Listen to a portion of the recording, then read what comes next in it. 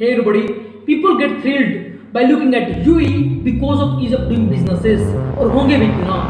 Because when you compare the tax regime of both countries, UAE and India, you see a huge difference that always propel you to locate your business somewhere in the Dubai.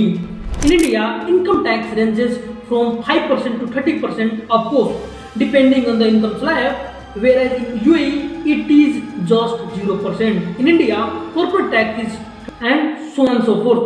Rest of the thing you can look at in the table. From outside, it look very changa changa. Like UAE seems a very good place to live and do businesses. But when you get to know the dark side of UAE, it might shake the whole foundation of your dream.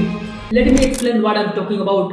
There is a term duty free limit जिसके तहत आप 50,000 से अधिक का सामान India नहीं लेकर आ सकते. यदि लाओगे तो you that will be taxed. Let me give you an example to make a point.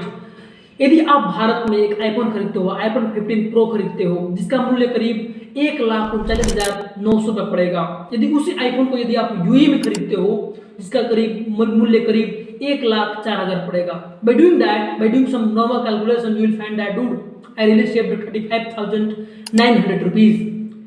But when you get to the airport, the Indian custom will tax you by 38.5%, and that will add up to the initial amount by 1,44,000 rupees. That is way costlier than buying iPhone in India. और यही नहीं, if you buy a land on Palm Jumeirah and when you end up selling it for the profit, Indian government will tax you no matter where you live in Palm Jumeirah or India. They will end up taxing you in UAE as well. So they will never leave you alone.